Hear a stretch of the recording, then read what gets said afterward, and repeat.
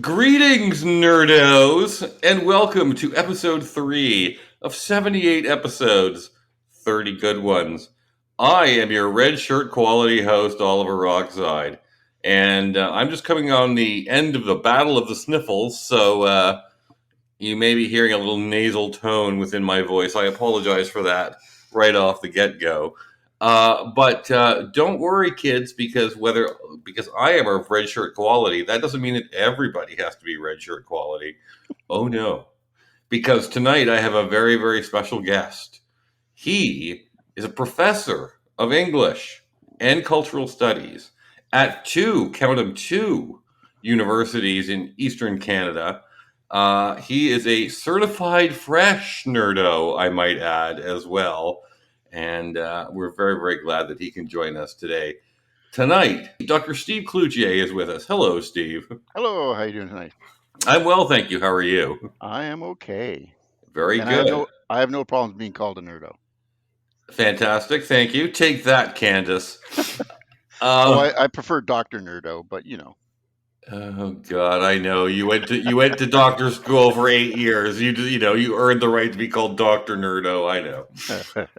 Uh, yes, Steve is joining us tonight. We are going to be talking about two carbs and a protein, as usual. But before we get started, I just want to thank everybody who has downloaded the previous two episodes. Thank you very much. It's very encouraging to see.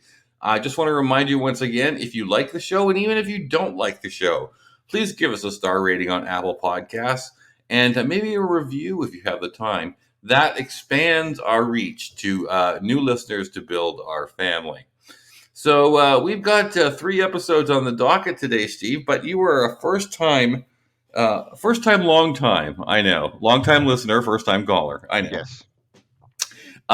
So that means that I would like to know your Star Trek origin story, please. Okay, well, I'm probably a very common origin story in the sense that I first saw it in reruns. I mean, because they're like essentially there are two kind of Star Trek fans. There are the original ones who saw it when it aired, and then there's people like me who's in many ways is probably the bulk of Star Trek fans who saw it in syndication reruns. Yeah, you and I Uh, are the same that way. exactly. And my it was I back in the late 70s, early 80s, I managed to get a small television for Christmas, Hmm. a small black and white. And every Sunday at noon, I believe it was, CBC would show reruns of Star Trek. Hmm. So I would sort of kind of lie in bed and watch Star Trek. Uh, but my father, my late father, decided that I this was about the time that I should be getting up, and he would do the vacuuming at our house. And of course, my bedroom door is closed, but he would do the vacuuming on Sunday at noon. Right. And so he in it because he thought I was asleep. I wasn't asleep. I used to tell him this. I was awake watching Star Trek, but he, in order to wake me up, without actually waking me up, he would bang the head of the vacuum on my door. So I would be watching Kirk and Spock and McCoy all the while. My dad is banging the door Right. with the head of the vacuum, and I'd be yelling out, "I'm awake!" But of course, with the vacuum on, he couldn't hear me, so he'd bang them. Then he would go because he'd go down the hall, and then he'd come back and he'd bang the door again. And so Right. I have memories of door banging when I Okay. when I watch Star Trek. Okay, so if somebody bangs the door, you automatically go to a Star Trek episode. Is that what it is? Exactly, Okay, exactly. It's it's like Pavlov. Pavlovian in that Yep, way. exactly. Very good. Now, I'm kind of out of the box here. I know that you teach one particular episode of Star Trek in class. Now, we're not going to talk about that because Oh, we're getting to that. Trust yeah, me. yeah. And we're going to have you back Okay, when that episode comes up. Actually, when two episodes come up, because I'd like to hear your opinion on both. But outside of that one particular episode, we're not giving it away yet, kids. You yes. know, come on. You know I'm evil that way. Is there any other kind of ethos that you teach within your cultural studies purview of Star Trek? Yeah. Well, the reason I teach Star Trek, and I don't just do Star Trek. I'll do like Doctor Who as well, is Hmm. because one of the things that Star Trek does, sometimes badly, is it reflects its time period. Hmm. Right, and a lot of the things that we're talking about, like you were talking with Candace about and stuff like that, a lot of that is a result of the fact that the writers, the directors, the actors are writing in the 1960s. Right. And so we can, the way I kind of teach it is especially something like Star Trek, which will relate to one of the episodes we're talking tonight. I usually do it within the context of the Cold War. Hmm. And sort of what one of the things that Star Trek does is it shows what we refer to as the anxieties of the Cold War, all those fears and hopes that people have Hmm. living through the Cold War. And so when I do that, as I said, I don't just sort of teach it as this is symbolism, this is metaphor. I do that as well, but I also say, okay, it's being created within a context. Right. In the same way that a poet like T.S. Eliot is writing within a context, so too are the writers and actors and directors of Star Trek, writing and working within a context. And so, how does that context, and this is especially the sort of the cultural studies stuff, how does that context help to shape the creation of the show? Hmm. Because writers don't live in vacuums. We are Right. all influenced by. We may try not to be influenced by the world around us, but even that attempt not to be influenced, right? That attempt to turn away from the culture of the time is still a response to the culture, Right. even if it's a rejection of it. So that when I teach it, that's kind of what I do is I will, and that's why I kind of I choose the episodes that I want based on that criteria. So I wouldn't just do any Star Trek Right. episode because I'm facing placing it within the Cold War context. Hmm. I would find one that like really shows the Cold War context, right? Right. Because not all of them do. I mean, there's still, as I said, still working within the Cold War, but not all of them overtly address the Cold War. So, for example, if I was dealing with racism, I would choose Mm. something else. But it depends on basically the idea that I'm trying to get across and how those kind of cultural historical moments are expressed within art. Right. Okay, so you don't teach cat's paw. That's No, what I'm gonna. no, I don't teach cats. No, no. Now, your wife also, Karen, is a certified fresh nerdo as well. She is. She is. Now, is she a Star Trek fan as well, or only Doctor Who? No, she's a Star Trek fan as well. Yep. Oh, is she? Yep. Oh, we should have had her on. Yep. Okay, next time we're doing the Yes. Steve and Karen show. Okay. Okay. I wasn't aware I knew she was a Doctor Who fan. I was not aware she was a She's Star pro- Trek she's nerdo. probably a bigger Star Wars fan than Star Trek fan, but she's a Star Oh, Trek fan. okay. Okay. Okay. Yes, they're different people. Let's get dragged into that argument, please. Exactly. Shall we carb load, Steve? Sure. Okay, well, we're gonna start with our first carb, and it is a third season stinker. Now I'm going to make a very controversial topic at this point, Steve. It's a controversial take at this point, Steve. Okay. I think this is better than our other carb for the evening. Okay. Um, Yeah, I could see that. I could see that. yeah, it's still bad though.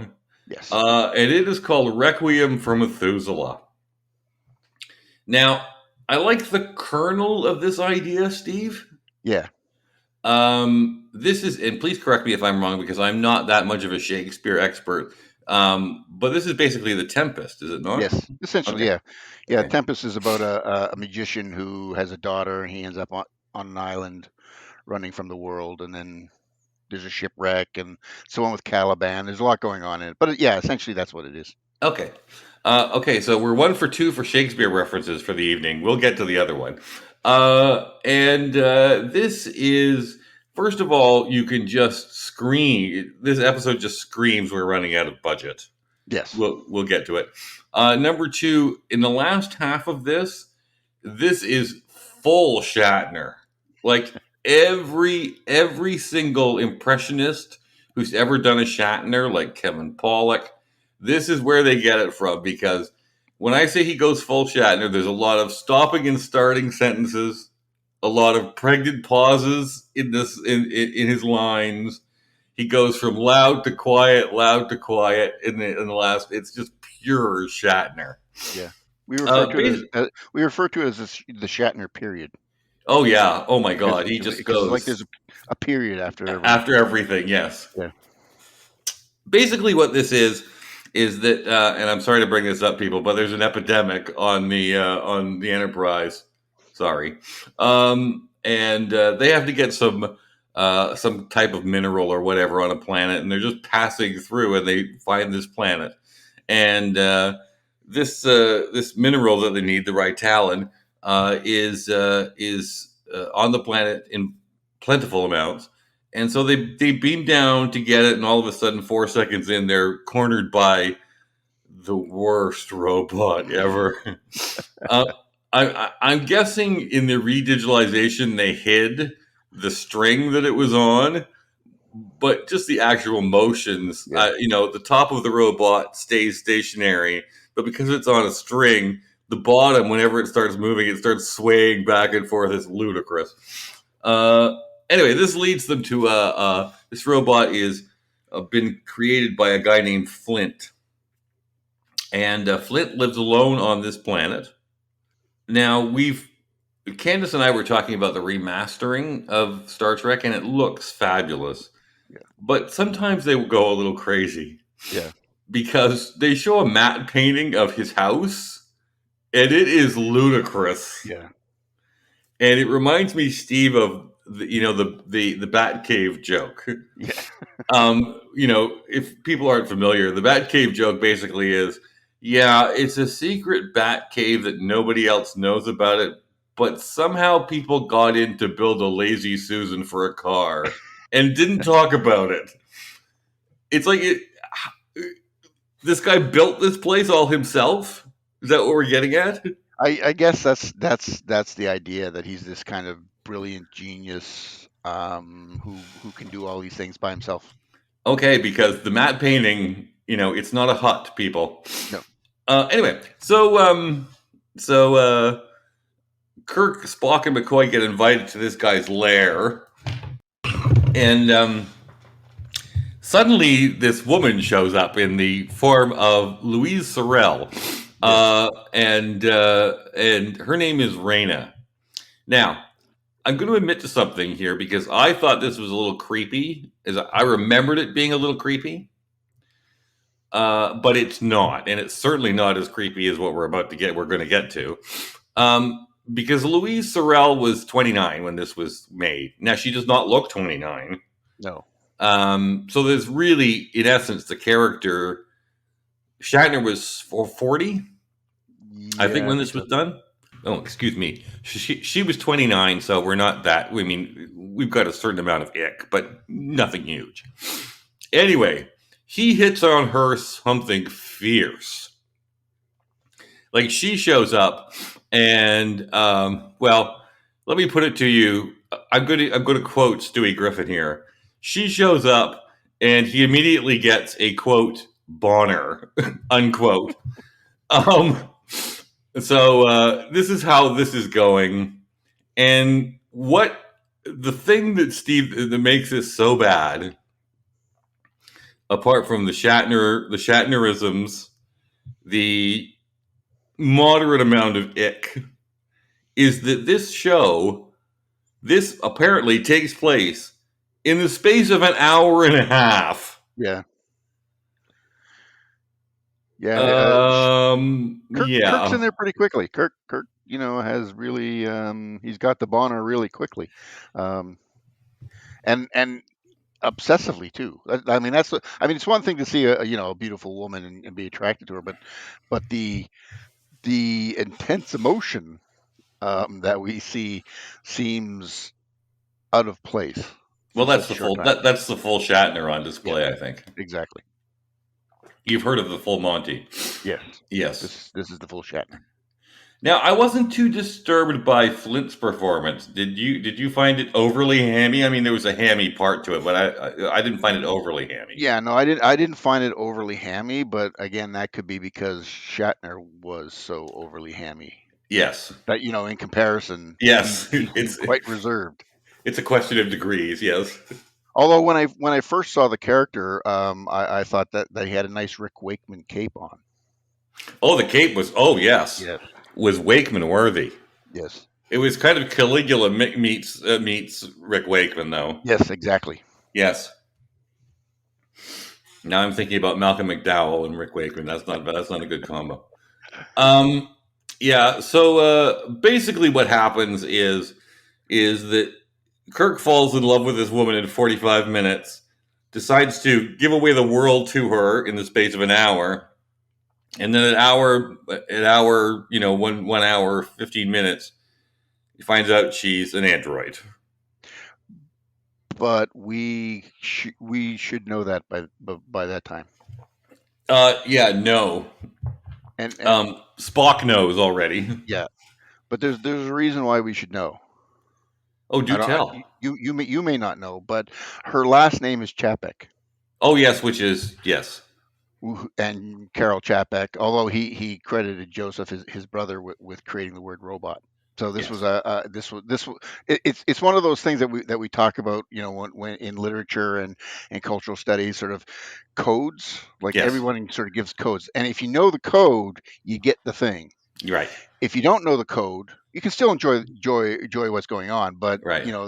if you knew Chapek and who Chapek was, and the guy who sort of introduced the word robot, or robot, as some people called it earlier, Mhm.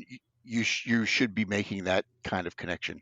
It's for me, and this is another reason why I found didn't really like this episode, and it's something that you referred to at some point, is that John Candy thing about names, Yes, right? And it's like, this is a clever name to kind of give a nod and a wink to people who know, and you yes. know, and I just found it overly clever.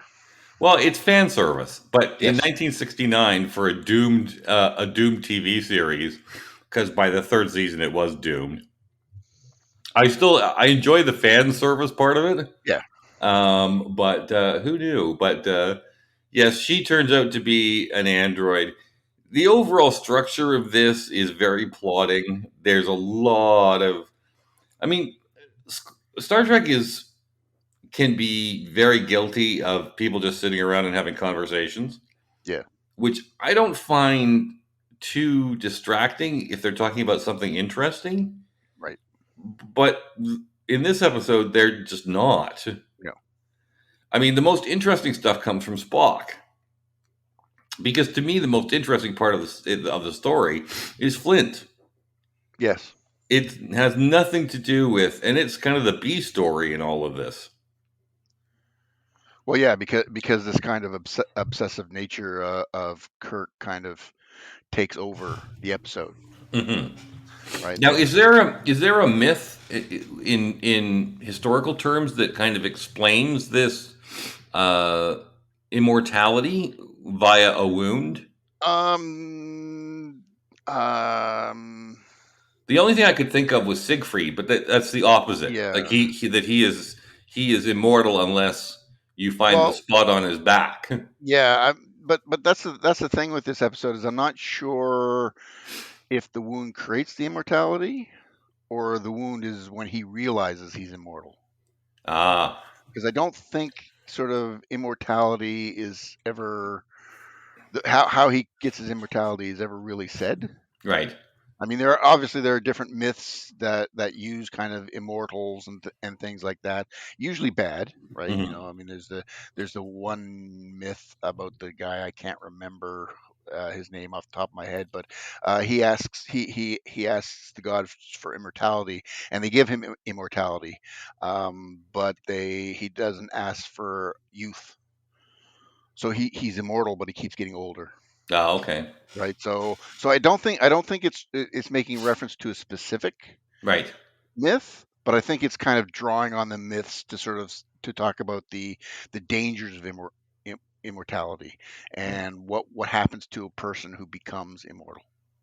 Um, just just so people who have not watched the episode or not watched it in a long time, Spock is the one who kind of finally realizes that there's something weird going on here because there are manuscripts by Johannes Brahms that are original yet unknown.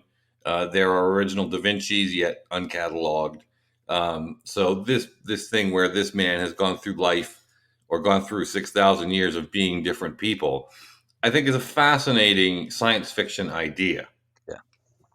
It's just it gets so bogged down because Kirk has to get inside those panties. I mean, it's Yeah. just it's ludicrous, and this has to be said. There's a ridiculous fight scene. Number one. Uh, the other thing is the computer likes to cock block Kirk at every turn, which is I find humorous, to be quite honest with you. But the thing that really stood out to me is the cheapness of this episode Yeah. because they walk into the lab and guess what, kids? You know what the lab equipment is made up of? Ketchup squeeze bottles. Yeah. I thought the exact same thing when I saw it. I have large ketchup bottles, restaurant variety. I know. It's like not a beaker in sight, but suddenly we're in a diner. Yeah, exactly. Oh, it was just awful. Did you have any more? Would you put this on your bottom 10%? Yes, I would put this on my bottom 10%. There's also one point. There's just some things that just didn't like internally didn't make sense. Like there's one point where he's with with Kirk's talking about the fact that they're stuck there on the planet, and he's racked with guilt, saying, "Did I make the right choice?" When at the beginning of the episode they established the fact that they have no choice Right. but to come here because they can't get to another planet No. that's close enough. So they try to kind of crowbar in this kind of moral questioning that Kirk has, which they do in other episodes very well in other episodes, but in Mm. this one it just seemed to be, there he is saying, "Did I do this to us?" And it's like, but you said at the beginning you didn't have a choice.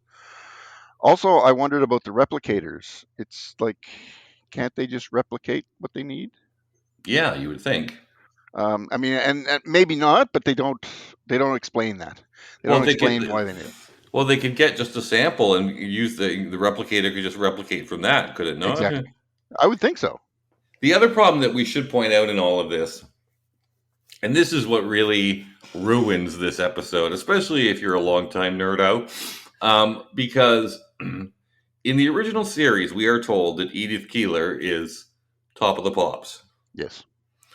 Um, but this woman that he spent a grand total of an hour and a half with, now, and an android, Yep. apparently imprints upon his brain that he cannot forget. That's problem number one. It's like, Edith Keeler, anybody? Anyone? Anyone?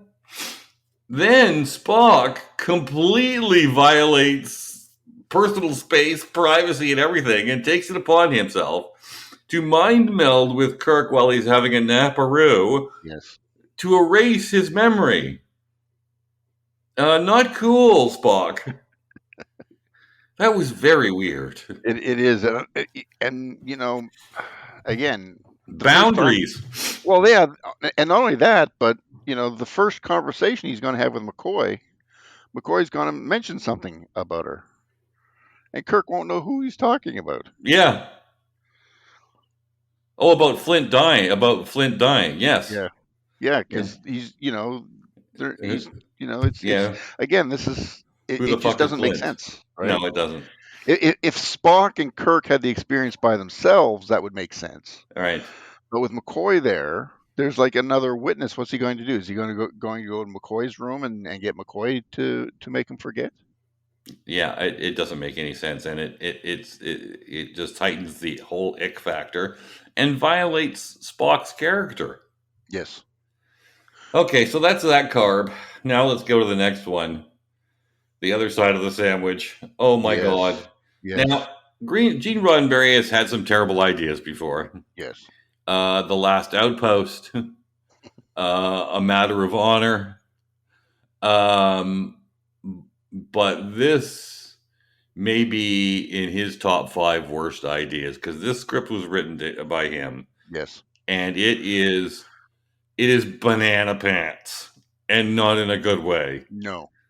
Our next carb is the second season episode, and remember what I said in our first episode, people.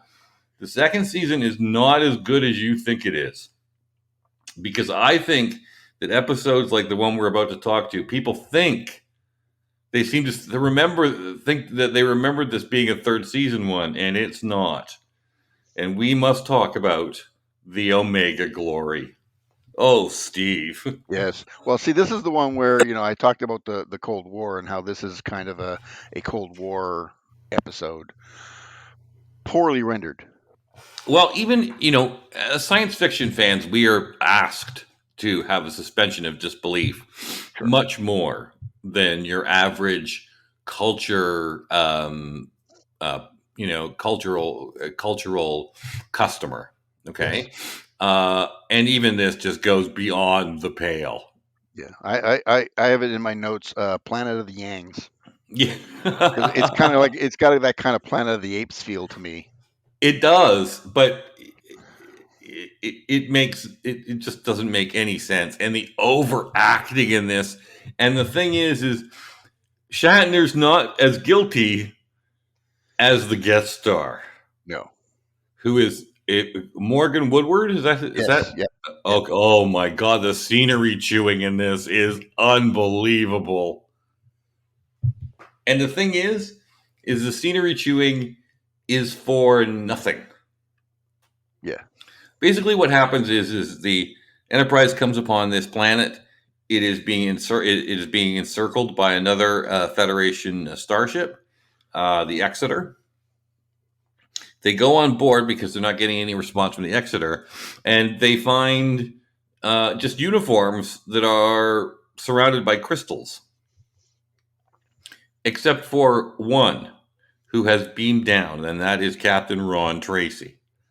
What has happened is that they all beamed down, or some beamed down, and brought back a communicable disease, another disease episode. Sorry, kids. Yeah. And this killed all of the crew. Now, Tracy thinks that there's a natural immunity to this disease on the planet, which is self-evident. And he thinks that if he can centralize this, he can create the stupidest fable in human history, quite possibly, the Fountain of Youth. Now, you would think that that would be the main focus of this episode. But no, we find out a solution halfway through the episode. So what do we do with the other half? Oh my God, Steve. Yes. I know. We turned it into a Cold War fable. Well, this is where the Prime Directive kind of kicks in a little. We're going to be talking in our next episode about another episode where the Prime Directive kind of kicks in. But we also have the death of our first red shirt. Yes, Yes. in episode number 3. Not the first red shirt death in the series. Just in this particular podcast, we have our first red shirt death. So that was significant. Basically, the Yangs are white people. The Combs are Asian. Yes. So why are they not Russian? Well, because then no one would know the difference between the white people and the white people. Right. So they went Asian. And this is, yes, the Combs are communists and the Yangs are Yankees. And yes, you're very right here, Steve. It's a very big parallel to Planet of the Apes. Yeah. But Planet of the Apes came after this, didn't it? Possibly. I can't remember when the first But Planet of the Apes came out. the book would have come first. The book was out first. Yeah. So your general thoughts on this piece of shit? Well, I think it's one of those, and I think this is why people remember it better than it actually Mm-hmm. is because people think it's this and I think this is what Roddenberry's trying to do, sort of create this kind of point of where the Cold War is silly, that we're all the same. That there's some kind of anti Cold War rhetoric going on, but there really isn't, because it is very racist. Um, First of all, not just because of the Chinese thing, because you're right. That's why they use Chinese Yes. communists, is because that way on the screen you can spot the bad guy because he's the Asian. But what he also does, meaning Roddenberry, is he kind of takes the Yankees, and links them to the indigenous people, right? Yes. It's Yes. Cloud William, and he says, "Oh, you're just like the natives." It's like, Right. and I'm sitting there thinking, no, Yeah. and so you've kind of got this sort of equation of the white Americans with the indigenous Americans, and so you've got this kind of complete ignoring of the history of the United States, and what white Americans did to the indigenous people, and this kind of, I don't want to even say cultural appropriation, because it's not even kind of that. It's kind of this, we're the same, and Mm. the experience is the same. Which I know I'm looking at it from a 2022 perspective, but I have no choice but to do that. But I think even at the time it seemed very weak, and if not overtly racist at the time, at least an idea that doesn't work, because this is supposed to be a post-apocalyptic world in which I guess the communists won the nuclear exchange. At the very least, they were the ones who remained quasi civilized. And so the just linking white Americans with the indigenous people. I mean, race aside, just doesn't seem to work. It seems like an idea that Roddenberry tries out, and it just doesn't work because the history is different. Well, I love it. We can call it Dances with Shatner. Exactly. Yes. We should point out that the best actor in this whole show has one line. I don't know Yes. what her character's name was, but I just called her Ginger. Yeah, She has one line, and she's the best actor in this whole thing. it's true. There is a rather amusing interlude of Spock giving play by play in his jail cell, which is kind of amusing. That is. But apart from that, this thing is a total dud. Yeah, and then at the end, Spock uses her in a kind of telepathy kind of Yeah, way. that was a first, was it not? Yeah, I think so. I've never seen Spock do that before or since. No, he's always had to touch the person, Yes, right? The mind meld thing. and This not this but this is not to different. get them to do something. No, no. Yeah, Ginger suddenly finds Spock is kind of psychically psychically talking to Ginger to get his communicator. Yes. Um, and it's very weird because this is very unspockian. Yeah.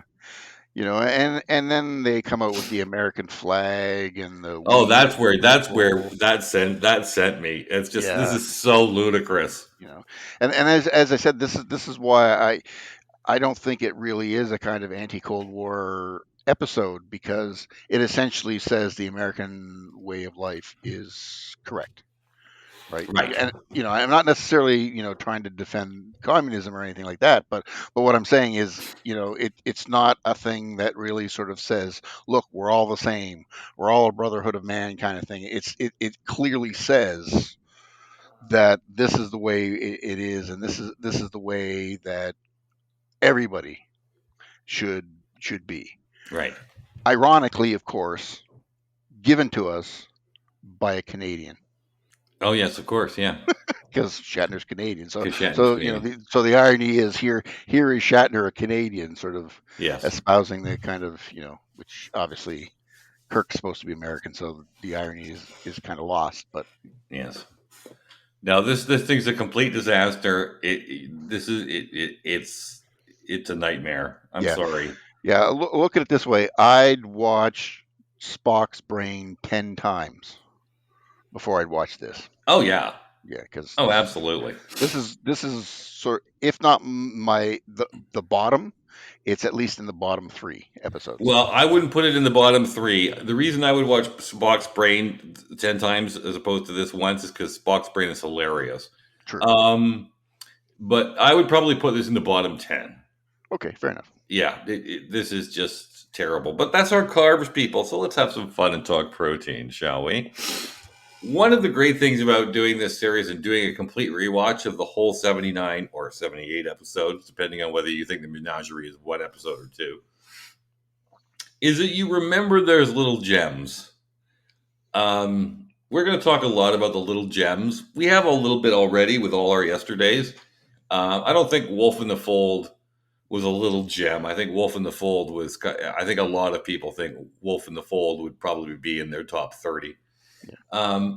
But this one I kind of love because there's some ick in it, but it's a murder mystery, which is always fun on Star Trek. And I think it really shows its roots because this is very Shakespearean in all its forms. Oh And yeah. now I know it's set within Shakespeare, Yeah. but it does have that Shakespearean form. And there are 13 episodes in. This is from the first season. But I think this is one that a lot of people forget about, and it's called The Conscience of the King. Steve, did you think this was a little gem, or did you never Well, really pay much attention to it? this is one of my favorite episodes. Oh, really? Yeah, this is, I mean, I'm not necessarily saying it's the best episode, one of the best episodes, but what I'm Right. saying is it's one of my favorite episodes. When I want to watch a Star Trek, if I have to choose, this is one of the ones that I go to. Oh, that's great to hear because I'm going to make the I'm going to make the argument that this is somewhat of a Marxist episode, and I'll Okay. explain why in a while. Okay. Basically, this is a murder mystery, but it follows an acting troupe who do Shakespeare in the stars, so to speak. Sorry to be cliche, No, that's okay. but they're basically a traveling Shakespearean company. And one of Kirk's old friends suspects that the lead actor of this Shakespearean troupe uh, is somebody else who is from the past, someone named Kodos the Executioner. Yes. And he is convinced that he is. Kirk is a little iffy, and but because it's his friend, he decides to investigate. And this is where the ick comes in, because it is established in the show that the daughter of this lead actor is 19 years old, and Kirk is all over her from the get. Now, in story, he is 34. So we're 15 years different. So we are increasing the ick factor big time. Not to mention, talk about power over somebody, like a power imbalance. Yes, but Uh, I'm going to slightly defend it okay. in the sense that the difference between this one and Requiem for Methuselah, Hmm. I think this one he's got an ulterior motive, right, which we find at the end. Yes, he does. He Well, does to a and certain and extent. and so he's playing on that. Right now, that may be icky and all that kind of stuff too, which I think it is. But when he first sees her, it's not the same. He doesn't get the boner in the same way. It's like he does because it's Barbara Anderson and she's a very attractive woman, but he, as she calls him out later, he's kind of using her to try and figure out whether this guy is Kodos or not. And so I think it's a little bit, the situation is a little bit different. You know, Well, I would argue I would agree with you, except for when they're in the arboretum in the Enterprise, and she starts going on about throbbing and well, thrusting, yes, and I'm yes, like, oh my god, she's a total goer, yes, and Kirk is all over this. yeah.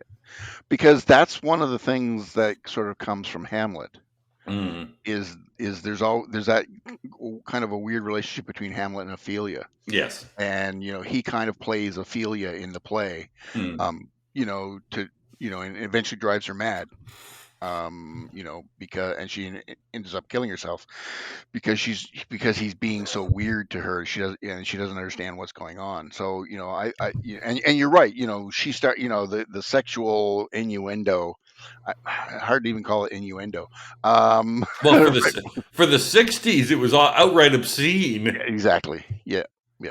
But I still Um, think at that point he's still playing her, right? He's still trying to attract her. right. Well, I think that's mission accomplished. When she starts talking about thrusting.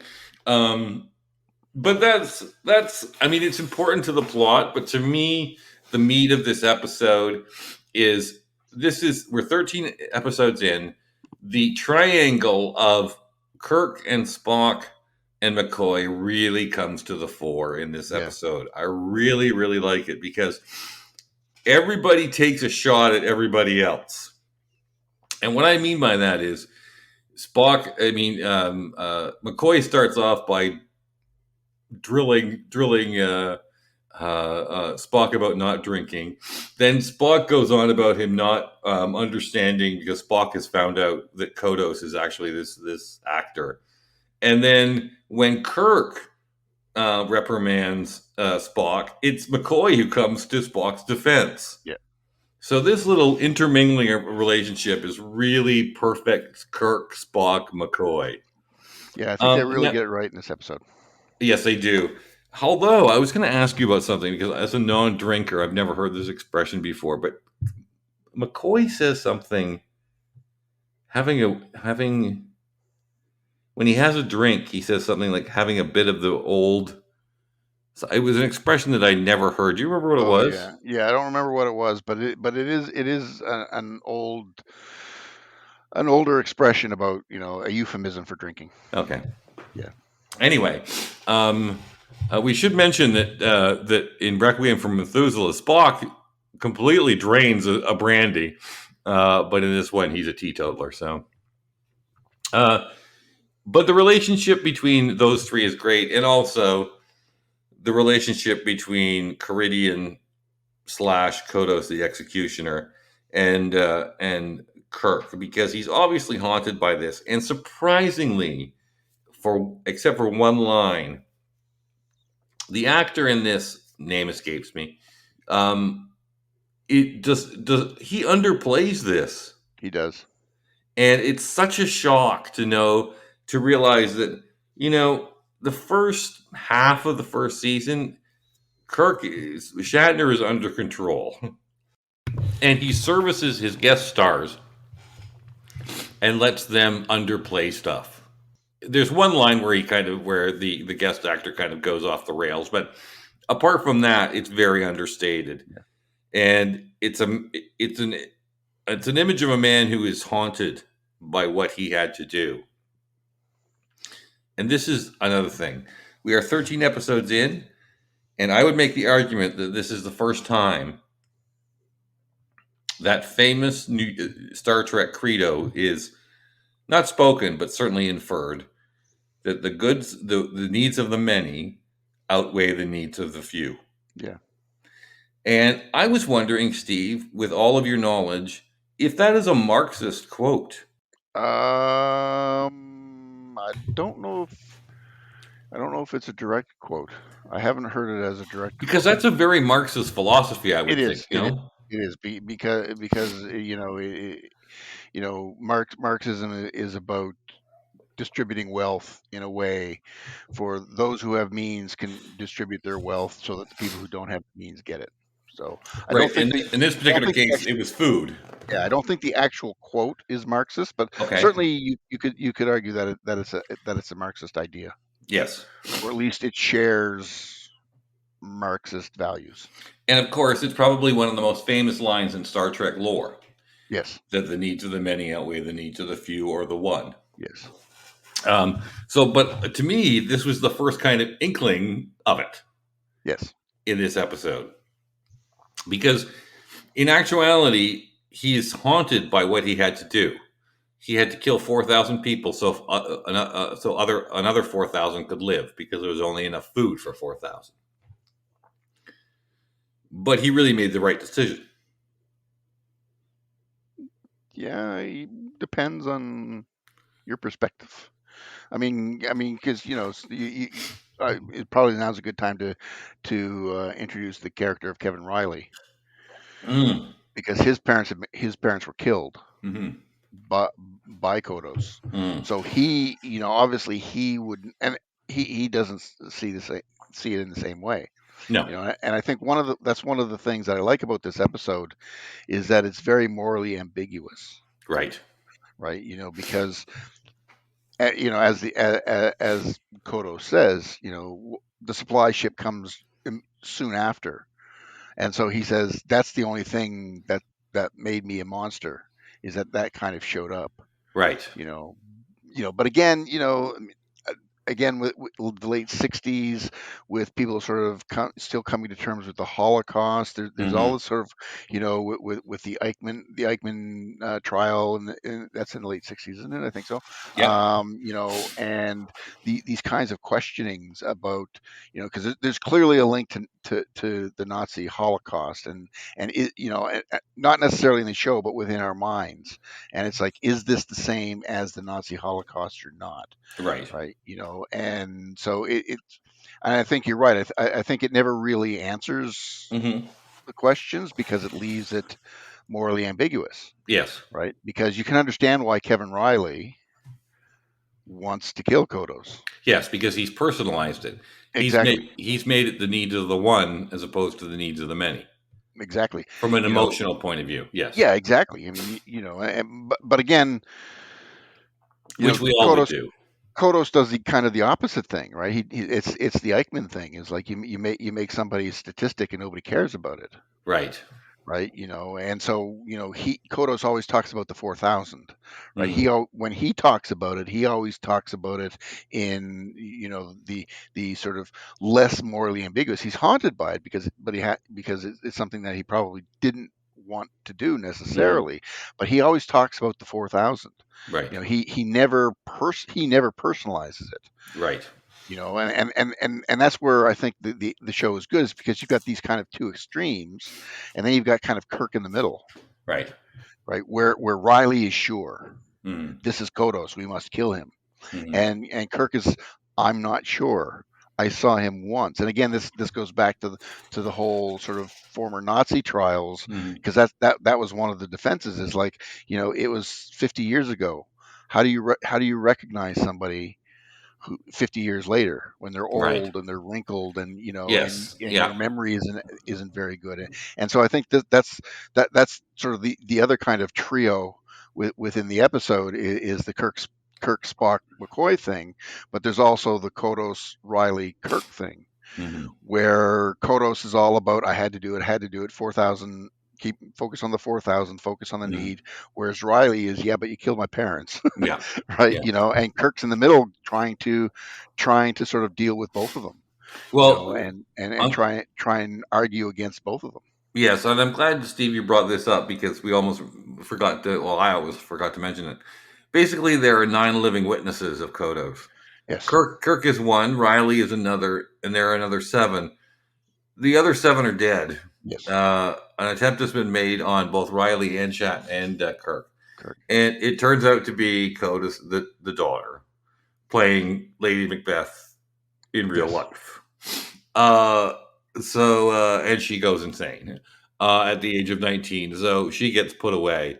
Um, I didn't find her. I mean, she overacted a little, but I didn't find it off-putting. No, Again, I think the acting in this was done really, really well. We get Uhura singing that's true. and rocking a Vulcan harp.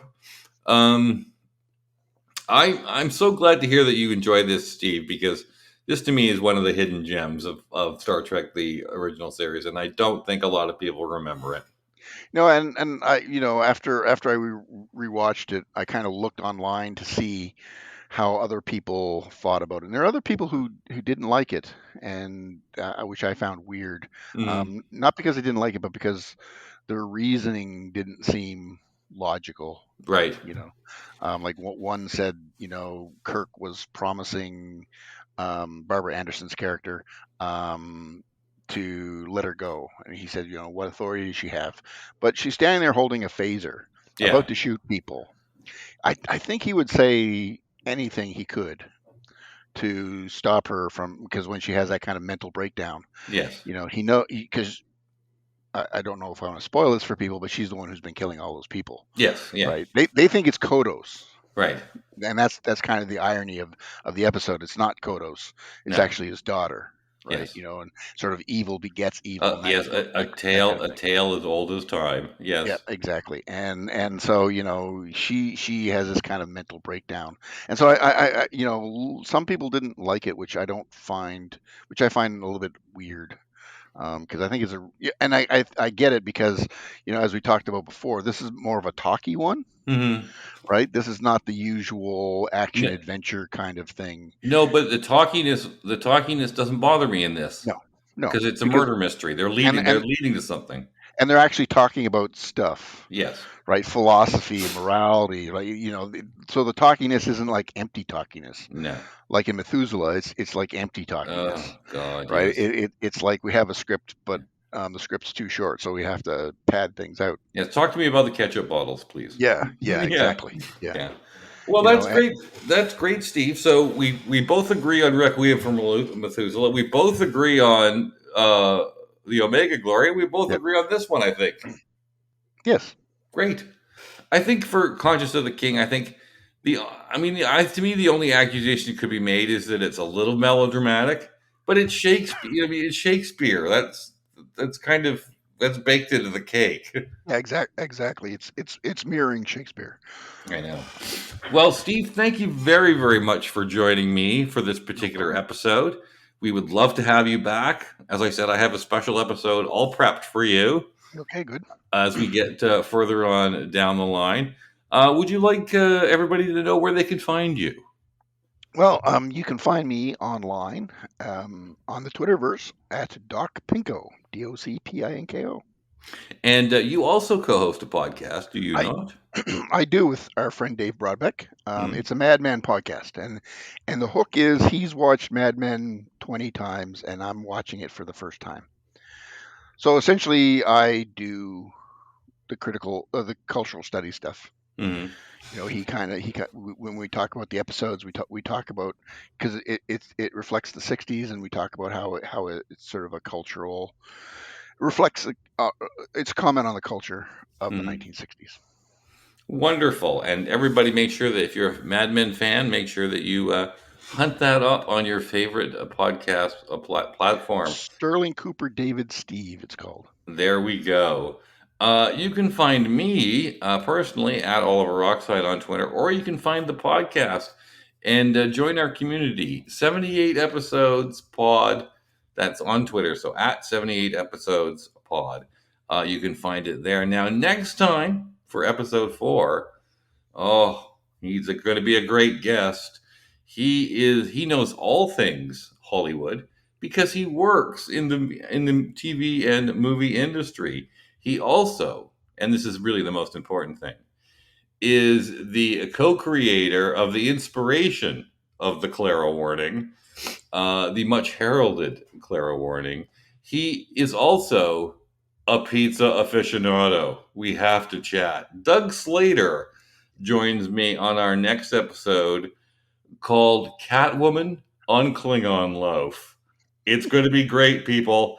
Thank you, Steve, for taking the time to join me. No problem. Thank you. Thank you to everybody who listened, and we'll see you later. Toodles, nerdos. Bye. Bye.